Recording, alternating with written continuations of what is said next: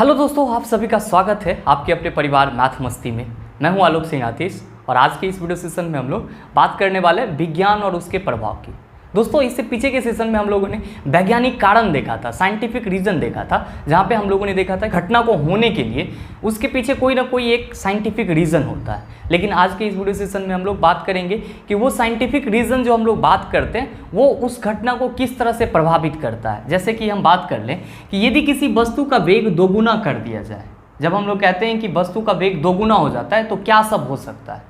दोस्तों, सिंपली याद रखेंगे कि किसी भी वस्तु तो उसमें तो द्रव्यमान होगा, मास तो होगा ही होगा, और हम कह रहे हैं कि वेग दोगुना कर दें तो आप देखिए कि mv और हाफ mv², दो राशि आपको दिख रहे हैं जो वेग पर डिपेंड करते हैं। पहला तो आपका संवेग जिसका फॉर्मूला क्या होता है, mv होता है, और दूसरा है आपका गतिज ऊर्जा। दूसरा क्या है आपका गतिज ऊर्जा, इसका फॉर्मूला क्या होता है, हाफ mv²। तो ये चीज़ तो फिक्स रहता है ना कि किसी भी चीज़, कोई भी वस्तु होगा तो उसमें द्रव्यमान होगा ही होगा।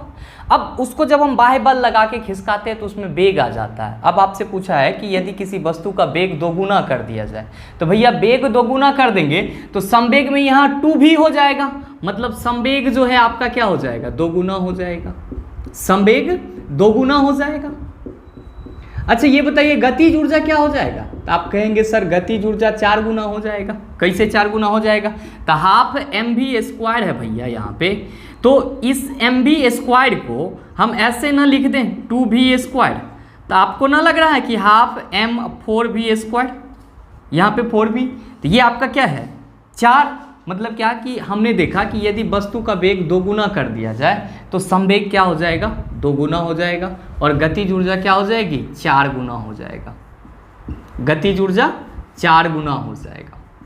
दोस्तों, बहुत बार आपके एग्जाम में ये सब चीज़ आता है। अगर आप इसको पहले से प्रिपेयर रखते हैं तो उस समय आपको कोई ज़्यादा परेशानी नहीं होती है। नेक्स्ट है आपका कि दो गेंदें जिनका भार अलग अलग है एक मीनार से गिराई जाती है। दो बॉल है जिसका द्रव्यमान, मान लीजिए कि कोई 5 kg का है, कोई 10 kg का है, उसको हम ऊपर से गिरा दे रहे हैं, मीनार से या किसी ऊंचाई से गिरा दे रहे हैं, क्या होगा। तो आप में से बहुत सारे कहेंगे कि सर जो ज़्यादा भारी होगा वो पहले धरती पे आ जाएगा। ऐसा कुछ भी नहीं होगा। जब भी हम किसी भी चीज़ को ऊपर से नीचे गिराते हैं तो वो क्या होता है कि पृथ्वी के गुरुत्वाकर्षण के चलते, जो पृथ्वी उसको अपनी ओर खींच रही होती है, उस गुरुत्वाकर्षण के चलते वो दोनों बॉल किसी भी द्रव्यमान का हो वो एक ही साथ धरती पर पहुंचेगा। क्या होगा, एक ही साथ धरती पर पहुंचेगा। तो हम लोग क्या कह सकते हैं कि दो गेंदें जिनका भार अलग अलग है एक मीनार से गिराई जाती है, तब वो क्या होगा, एक साथ धरती पर पहुंचेगा, एक साथ धरती पर पहुंचेगा। ये भी आपका बहुत कंफ्यूज करता है आपके एग्जाम में, तो याद रखेंगे। और एक चीज़, हाँ, आप में से बहुत सारे कहेंगे कि सर भारी वस्तु को जब गिराते हैं तो वो एक्चुअली होता क्या है कि जो भारी वस्तु होती है, अभी तो हम लोग जब बाहर की बात करते हैं अपने सराउंडिंग की बात, तो वहाँ पे हम लोग वैक्यूम का तो निर्माण करते नहीं है, निर्वात का निर्माण करते नहीं है। तो ऊपर से किसी चीज़ को नीचे गिरने में हवा का प्रतिरोध भी होता है। तो जो बॉल हम लोग देखते होंगे डेली लाइफ में, मैं आपको बता रहा हूँ कि जो बॉल आप देखते होंगे कि ज़्यादा भारी है या पत्थर का टुकड़ा है या ये एक पंख है, तो हवा उसको पंख को उड़िया देता है, लेकिन पत्थर का टुकड़ा नीचे गिर जाता है क्योंकि उसका द्रव्यमान उस समय हवा के प्रतिरोध को क्या कर देता है, नीचे की ओर दबाते रहता है। लेकिन वही चीज़ एक पंख और पत्थर का टुकड़ा जब आप निर्वात में ले जाएंगे, वैक्यूम में ले जाएंगे, तो क्या होगा कि दोनों एक साथ गिरेगा। और यही चीज़ आपके सारे चीज़ के लिए लागू होता है। क्या कि जब दो गेंदें जिनका भार अलग अलग हो अगर मीनार से गिराई जाए तो क्या होगा, एक साथ धरती पर पहुंचेगा। नेक्स्ट है कि झूला झूलते समय कोई व्यक्ति झूला पर खड़ा हो जाए तो उसका आवर्तकाल क्या होगा। दोस्तों, बहुत बड़ा सस्पिशन रहता है इस तीनों ही पॉइंट में। पहला, झूला झूलते समय कोई व्यक्ति झूला पर खड़ा हो जाए तो उसका आवर्तकाल क्या होगा। दूसरा, यदि झूले पर एक व्यक्ति के स्थान पर 2 व्यक्ति बैठ जाए तो उसका आवर्तकाल क्या होगा। इस टाइप के बहुत सारे क्वेश्चन आते रहते हैं। दोस्तों, मैं आपको बता दूं कि आपके आवर्तकाल के लिए जब हम लोग सिंपल SHM पढ़ते हैं, सिंपल हार्मोनिक मोशन पढ़ते हैं, सरल आवर्त गति जिसको बोलते हैं, तो वहाँ पे हम लोग कहते हैं कि आवर्तकाल जो होता है वो समानुपाती होता है। किसके समानुपाती होता है, या ऐसे समझिए आवर्तकाल का फॉर्मूला क्या होता है, 2π × √L/g, यही ना फॉर्मूला होता है। हम लोग कहते हैं क्या कि सर आवर्तकाल जो है मतलब लंबाई के समानुपाती होता है। आपसे ये पूछा गया कि झूला झूलते समय कोई व्यक्ति झूला पर खड़ा हो जाए तो उसका आवर्तकाल क्या होगा। दोस्तों, जैसे ही कोई व्यक्ति झूला पे खड़ा होगा तो उसका जो गुरुत्व केंद्र होगा वो ऊपर की ओर उठ जाएगा, और गुरुत्व केंद्र जैसे ही ऊपर उठेगा तो उसकी जो प्रभावी लंबाई होगी वो क्या होगा, घट जाएगा। आप देख रहे हैं कि आवर्तकाल लंबाई के समानुपाती होती है। आप यहाँ पे कह सकते हैं टी समानुपाती √L। आवर्तकाल क्या होती है? लंबाई के समानुपाती होती है। तो लंबाई के समानुपाती हो रही है, हम यहाँ कह रहे हैं लंबाई घट जा रहा है, तो आवर्तकाल क्या हो जाएगा? आवर्तकाल भी घट जाएगी। आवर्तकाल भी आपका क्या हो जाएगा? घट जाएगी। नेक्स्ट है, आपसे पूछा है ये कि यदि झूले पर एक व्यक्ति के स्थान पर 2 व्यक्ति बैठ जाए तो उसका आवर्तकाल क्या होगा? दोस्तों मैं आपको बता दूं, आवर्तकाल कभी भी द्रव्यमान पर निर्भर नहीं करता है। आवर्तकाल कभी भी द्रव्यमान पर निर्भर नहीं करता है, इसीलिए उसके आवर्तकाल में कोई परिवर्तन नहीं होगा, कोई परिवर्तन नहीं होगा।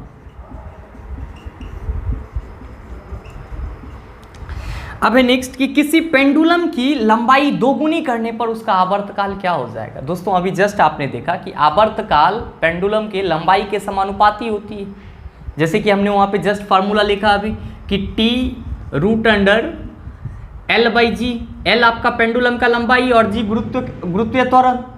तो हम कह रहे हैं कि आवर्तकाल जो है वो पेंडुलम की लंबाई के समानुपाती होती है, मतलब लंबाई बढ़ेगी तो आवर्तकाल बढ़ेगा, लंबाई घटेगी तो आवर्तकाल घटेगा। आपसे क्वेश्चन पूछा है कि किसी पेंडुलम की लंबाई 2 गुनी करने पर उसका आवर्तकाल क्या हो जाएगा? सिंपल सेंस में क्या हो जाएगा? 2 गुना हो जाएगा। अगर 1 गुना करेंगे तो 1 गुना हो जाएगा। लेकिन ध्यान दीजिएगा, क्वेश्चन आपको फंसा लेगा यहाँ पे भी। कैसे कि आप यहाँ पे क्या कह रहे हैं कि सर आवर्तकाल जो है वो √L के समानुपाती होती है। तो भैया आप इसको 2 गुना करेंगे तो T × √2L ना हो जाएगा। तो हम लोग बोलचाल में तो इसको 2 गुना बोलते हैं, लेकिन अगर आपको लिखने के लिए बोल दिया जाए तो आप कहेंगे √2 गुना हो जाएगा। कितना गुना हो जाएगा? √2 गुना हो जाएगा, √2 गुना हो जाएगा। इस चीज को आप याद रखेंगे। दोस्तों इस तरह के बहुत सारे पॉइंट हैं जो आपके एग्जाम के लिए बहुत उपयोगी है। आइए कुछ और पॉइंट को हम लोग देखते हैं। दोस्तों अब हम लोग का जो अगला कुछ पॉइंट है वो ये है कि ताप बढ़ाने पर द्रव की सयांता क्या होगी और ताप बढ़ाने पर गैस की सयांता क्या होगी। दोस्तों सयांता किसको बोलते हैं? विस्कोसिटी इसको हम लोग बोलते हैं इंग्लिश में। आप देखे होंगे कि कोई भी चीज़ जो है वो ज़्यादा अगर चिपचिपा है तो हम लोग कहते हैं कि ये बहुत ज़्यादा विस्कोसियस है। क्या है आपका? विस्कोसियस है। दोस्तों किसी भी द्रव के विस्कोसिटी से मतलब ये होता है कि वो कितना ज़्यादा गाढ़ा होता है। जैसे तेल और पानी में ज़्यादा गाढ़ा कौन होगा? तो तेल होगा। तो हम क्या कहते हैं कि तेल जो है पानी की अपेक्षा विस्कोसियस है, ज़्यादा विस्कोसियस है, ज़्यादा सियान है। होता क्या है दोस्तों, ऐसे एक कोई बड़ा सा टीन का ये हो, आपका तेल का कंटेनर हो, उसमें आप हाथ डाल करके ऐसे ऐसे कीजिएगा तो आपको लगेगा कि बहुत मतलब कठिनाई से हाथ जा रहा है इधर उधर। लेकिन जैसे ही आप गर्म तेल की बात करेंगे तो वो देखेंगे कि आप वो बहुत आसानी से आप इसको हाथ को इधर उधर कर पा रहे हैं। मतलब ये हुआ ताप बढ़ाने से जो कोई भी द्रव होती है उसकी सयांता क्या हो जाती है कि घट जाती है, और ताप बढ़ाने पर जो गैस की सयांता होती है, सयांता का मतलब क्या हुआ? घट जाने का मतलब वो ज़्यादा पतला हो जाएगा। अब ताप बढ़ाने पर गैस की सयांता क्या हो जाएगी? तो इसका जस्ट उल्टा होता है। ताप बढ़ाने पर गैस की सयांता बढ़ जाती है। गैस की सयांता क्या होती है? बढ़ जाती है। ये 2 चीज़ आपका इंपॉर्टेंट है। विस्कोसियस का मतलब होता है चिपचिपा सा, या आप कह सकते हो कि कौन कितना गाढ़ा है। तो अगर हम सामान्यतः ताप बढ़ाते हैं तो जो लिक्विड होता है उसकी सयांता घट जाती है, और अगर ताप हम लोग बढ़ाते हैं गैस के लिए तो गैस की जो सयांता होती है वो क्या होती है? बढ़ जाती है। नेक्स्ट है दोस्तों कि जब ध्वनि एक माध्यम से दूसरे माध्यम में प्रवेश करती है तब उसका आवृत्ति क्या होता है? आपको मैं याद दिला दूं कि ध्वनि जब एक माध्यम से दूसरे माध्यम में जाती है तो उसका जो वेग होता है, जिसको हम लोग चाल भी कहते हैं, और तरंगदैर्घ्य जो होता है, 2 चीज़ होते हैं ना, कि एक तो उसके हम स्पीड की बात कर लें या फिर उसके वेवलेंथ की बात कर लें। जब भी ध्वनि किसी एक माध्यम से दूसरे माध्यम में जाएगी तो ये दोनों ही चीज़ बदल जाती है। ये दोनों चीज़ क्या हो जाती है? बदल जाती है। आपसे यहाँ पे क्या पूछा है कि जब ध्वनि एक माध्यम से दूसरे माध्यम में जाएगी तब उसका आवृत्ति क्या होगा? फ्रीक्वेंसी क्या होगा? आवृत्ति नहीं बदलती है, वो आपका सेम रहता है, मतलब अपरिवर्तित होता है, अपरिवर्तित होता है। दोस्तों ये सारे आपके इंपॉर्टेंट पॉइंट है और एग्जाम में आते रहते हैं ये। अब है जब 2 समांतर दर्पण के बीच कोई वस्तु रखा जाए तो उसके प्रतिबिंबों की संख्या। दोस्तों मल्टीपल इमेज की बात कर रहे हैं यहाँ पे, और आपको पता है कि जब 2 समतल दर्पण को एक दूसरे के सम्मुख रखते हैं किसी एंगल पे इंक्लाइंड करके, तब हम कहते हैं कि वहाँ पे मल्टीपल इमेज फॉर्म होता है। और उसके लिए हम लोग फार्मूला क्या लिखते हैं? 360 डिग्री 360 डिग्री बटा थीटा माइनस 1। ये आपका मल्टीपल इमेज के लिए समतल दर्पण में फॉर्मूला होता है निकालने के लिए, जहां थीटा क्या है, जिस एंगल पे आप दो समतल दर्पण को रख रहे हैं वो आपका थीटा है। आपसे यहां पूछा है कि जब दो समांतर दर्पण के बीच कोई वस्तु रखा जाए, जब दो आपका समांतर दर्पण हो, मतलब क्या कि एक दूसरे के समांतर रखा जा रहा है, तो वहां पे एंगल तो बनेगा नहीं। जब एंगल नहीं बनेगा तो उस सिचुएशन में जो प्रतिबिंब की संख्या होगी वो होगा आपका असंख्य, मतलब बहुत ज़्यादा, अनलिमिटेड आप कह सकते हो। नेक्स्ट है कि दो आवेशों के बीच की दूरी दुगुनी करने पर उनके बीच बल क्या होगा। अब आप कहेंगे सर ये कहाँ से बात आ गई, तो आपसे पूछा है कि दो आवेशों के बीच की दूरी दुगुनी करने, आपको पता होना चाहिए कि दो आवेशों के बीच में लगने वाला बल हम लोग किस नियम से मालूम करते हैं, तो कूलम्ब लॉ से मालूम करते हैं। और हम लोग क्या कहते हैं सर कूलम्ब्स लॉ के बारे में, कि सर कूलम्ब्स लॉ कहता है कि F is directly proportional to the Q1 into Q2। Directly proportional होता है Q1 और Q2 के, और इन्वर्सली प्रोपोर्शनल होता है किसके, इसके बीच की दूरी का। तो हम लोग कहते हैं कि Q1 into Q2 by R square, यही ना कहते हैं। देखिए F is directly proportional to Q1 into Q2, मतलब जो है F जो है वो दोनों आवेश के गुणनफल के समानुपाती होता है और उनके बीच के दूरी के व्युत्क्रमानुपाती होता है। तो इसी चीज़ को हम ऐसे लिख सकते हैं, F is directly proportional to Q1 into Q2 by R square. आप देख रहे हैं कि 1 बटा आर स्क्वायर है, क्या है ये 1 बटा आर स्क्वायर, और यही आपका दूरी है। दूरी को दो गुना कर देंगे तो मतलब 2r ना आप कर रहे हैं, 1 बटा 2r स्क्वायर, तो ये आपका क्या हो जाएगा 1 बटा 4r स्क्वायर। मतलब दो आवेश के बीच की दूरी को हम लोग दो गुना कर दे तो उनके बीच जो बल लगेगा वो क्या हो जाएगा, चौथाई हो जाएगा। बल क्या हो जाएगा, चौथाई हो जाएगा। तो आप लिख सकते हैं कि उनके बीच लगने वाला बल चौथाई हो जाता है, 1 बटा 4 हो जाता है, चौथाई हो जाता है। नेक्स्ट है कि द्रव का ताप घटाने से उसके वाष्पन की दर क्या होगी। आपने देखा था पिछले सेशन में हम लोगों ने वाष्पन का बात करा था, और मैंने आपको बताया था कि वाष्पन एक सतही घटना है और इसको 3-4 चीज़ अफेक्ट करते हैं, जैसे कि टेम्परेचर, विंड वेलोसिटी मतलब हवा की गति, आर्द्रता, ये सारी चीज़ें, सरफेस एरिया, सतही क्षेत्रफल, ये सारी चीज़ें करती है। तो वहाँ पे मैंने आपको बताया था कि किसी भी द्रव में अगर ज़्यादा ताप देंगे तो उसके वाष्पन की दर जो होगी वो बहुत तेज़ी से होगी। अगर ताप कम देंगे तो वाष्पन की दर क्या हो जाएगी, कम हो जाएगी। आपसे पूछा है कि द्रव का ताप घटाने से वाष्पन की दर क्या होगी, घट जाएगी। ऑब्वियस सी बात है, क्या हो जाएगी आपका, घट जाएगी। आइए दोस्तों कुछ और पॉइंट की बात कर लेते हैं। आइए दोस्तों अब जो हम लोग का नेक्स्ट पॉइंट है वो ये है कि जब प्रकाश वायु से कांच में प्रवेश करता है, देखिए यहाँ पे क्या कह रहा है कि लाइट जो है वो लाइट क्या हो रहा है कि एयर से, वायु से किस में जा रहा है, किसी कांच के टुकड़ा में जा रहा है। दोस्तों आपने लाइट चैप्टर में सघन माध्यम और विरल माध्यम, इन दोनों चीज़ का नाम सुना होगा। सघन माध्यम का मतलब क्या होता है कि जिसकी घनत्व ज़्यादा होती है, और विरल माध्यम का मतलब होता है जिसका घनत्व होता है। तो आपका हवा जो है यहाँ पे क्या है, वो विरल माध्यम है। अब यहाँ पे कांच जो है वो कांच क्या है आपका, सघन माध्यम है। तो कांच जब सघन है तो इससे लाइट इसमें जब आएगा तो ऑब्वियस सी बात है कि लाइट की जो स्पीड होगी वो क्या हो जाएगी, कम हो जाएगी। लाइट की स्पीड क्या हो जाएगी, कम हो जाएगी। अब आपके मन में ये कन्फ्यूजन हो जाएगा कि सर क्या सघन और विरल हमको याद रखना पड़ेगा, नहीं याद रखना पड़ेगा। मैंने आपको इसको ऑथेंटिक रूप से बताया कि आप कह देते सर क्यों हो जाता, क्योंकि विरल होता है बाबू तो इसका घनत्व तो कम होता है, इसीलिए लाइट इसमें तेजी से चल रहा है। सघन होगा तो इसका घनत्व तो क्या होता है, ज़्यादा होता है, तो इसलिए इसमें वो कम स्लो चलेगा।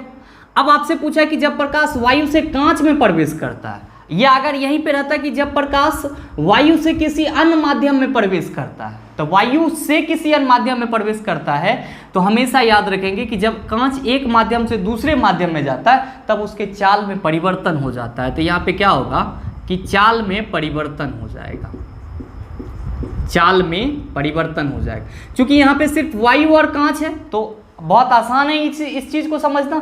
अगर एक माध्यम से दूसरे माध्यम में रहता तो भी हम क्या कहते हैं, चाल में परिवर्तन हो जाता है। नेक्स्ट है कि किसी द्रव को गर्म करने पर उसके अणुओं की गतिज ऊर्जा क्या होगी।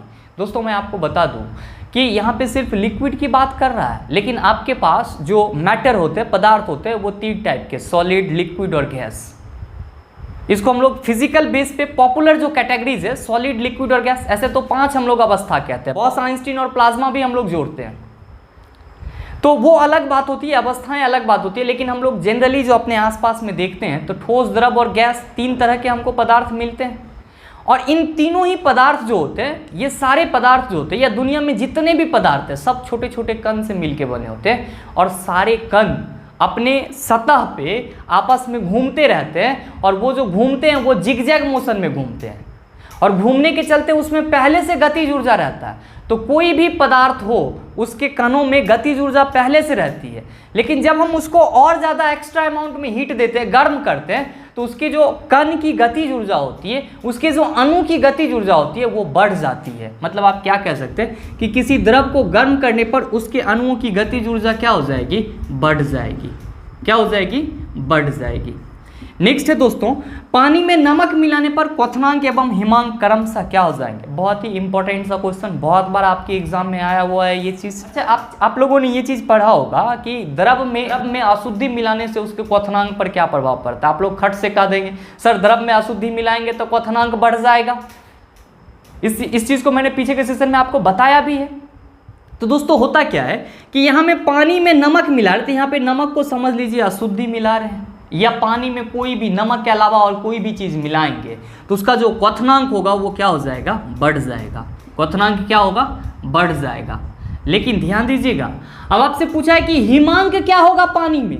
पानी का जब उसमें हम कोई और चीज़ मिला दें, पानी में अब कोई और चीज़ मिलाने का मतलब मैं ये बोल रहा हूँ कि अगर पानी में हम नमक मिला दें या फिर हम सोडा मिला दें तब उसका हिमांक क्या हो जाएगा? दोस्तों आप लोगों ने आइसक्रीम खाया होगा, और कभी कभी आपको आइसक्रीम जो वो बॉक्स में लेकर के आपके पास आता है, उसका आइसक्रीम थोड़ा सा नमकीन होता है। नमकीन नहीं आप कह सकते हो, जब बहुत नीचे आते हो तो आपको नमकीन लगता है, आप कहते हो इसमें नमक है। एक्चुअली उसमें नमक इसलिए डाला जाता है या फिर सोडा इसलिए डाला जाता है कि उसका जो फ्रीजिंग पॉइंट है, हिमांक बिंदु है, वो क्या हो जाए? कम हो जाए। आपको मालूम होना चाहिए कि जो बर्फ़ और कुल्फ़ी हम लोग खाते हैं, वो बर्फ़ और कुल्फ़ी जो है आपका, उसका जो टेम्परेचर होता है लगभग -22 डिग्री सेल्सियस तक होता है। और ऐसा क्यों होता है? क्योंकि उसमें हम लोग अशुद्धि के रूप में नमक या फिर हम लोग सोडा मिलाते हैं। ध्यान दीजिएगा, नमक और सोडा दोनों को हम लोग फ्रीजिंग मिक्सर के नाम से भी जानते हैं, हिम मिश्रण के नाम से भी जानते हैं नमक और सोडा को।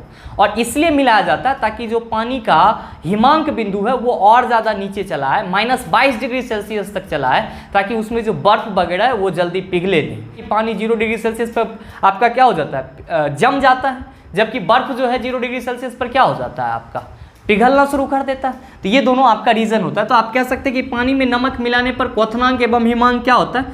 क्रमशः बढ़ जाते हैं, और हिमांक आपका घट जाता है। हिमांक क्या हो जाता है? घट जाता है। नेक्स्ट है कि जब भाप एल्युमिनियम के ऊपर से गुजरती है, आपको मालूम होना चाहिए कि एल्युमिनियम आपका गर्म वायु के साथ रिएक्शन नहीं करता, और इसीलिए इसका यूज़ हम लोग अपने घरों में खाना बनाने के बर्तन के रूप में करते हैं। यहाँ पे भाप है तो ये आपका जलवाष्प होता है, तो ये एल्युमिनियम जलवाष्प के साथ अभिक्रिया नहीं करती है, ये आपका बहुत लेस रिएक्टिव मटेरियल होता है। तो हम लोग क्या कहेंगे कि कोई प्रतिक्रिया नहीं होगी। क्या होगा? कोई प्रतिक्रिया नहीं होगी, कोई प्रतिक्रिया नहीं होगी। दोस्तों उम्मीद करते हैं यहाँ तक की सारी चीज़ें आप अच्छे से समझ गए होंगे। अगर आप इसको 2-3 बार रिपीट करते हैं तो मैंने जितने भी चीज़ आपको बताया, जितने भी पॉइंट मैंने आपको बताया, वो सारे पॉइंट बिल्कुल इजी हैं। अगर आप चाहें तो इसका नोट्स बना करके 1-2 बार रिपीट कर सकते हैं, और मैं आपको गारंटी देता हूँ इससे आपके एग्जाम में क्वेश्चन जरूर आएंगे, और आते भी हैं, आपने देखा भी होगा। अगर वीडियो अच्छा लगा होगा तो वीडियो को लाइक कीजिएगा, शेयर कीजिएगा, और हाँ, अगर आप चैनल पर नए व्यूवर हैं तो सब्सक्राइब करके बेल आइकन दबा लीजिएगा, ताकि इस तरह के एग्जाम रेलिवेंट वीडियो सबसे पहले आपके पास पहुंचे और आप उसका भरपूर फायदा उठा पाए। एक चीज़ और, उसमें से बहुत सारे कहते हैं सर साइंस का पेड कोर्स चाहिए हमको, तो अगर किन्हीं को ऐसा ज़रूरत लगे कि सर साइंस का कोर्स लेना है आपको, तो फिजिक्स, केमिस्ट्री, बायोलॉजी ये तीनों आपका धुरीना पे अवेलेबल है। साइंस का कंप्लीट कोर्स धुरीना ऐप पे उपलब्ध है, जिसका फी जो है आपका मात्र 399 रुपया है। लाइफ टाइम बैच है, एक बार आप इनरोल होने के बाद जब तक आपका एग्जाम खत्म ना हो जाए तब तक आप मेरे साथ बने हुए रह सकते हैं।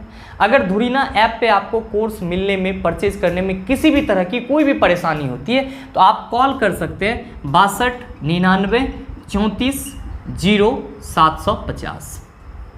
चलिए मिलते हैं हम लोग फिर अगले सेशन में, तब तक के लिए best of luck, thank you, have a nice day.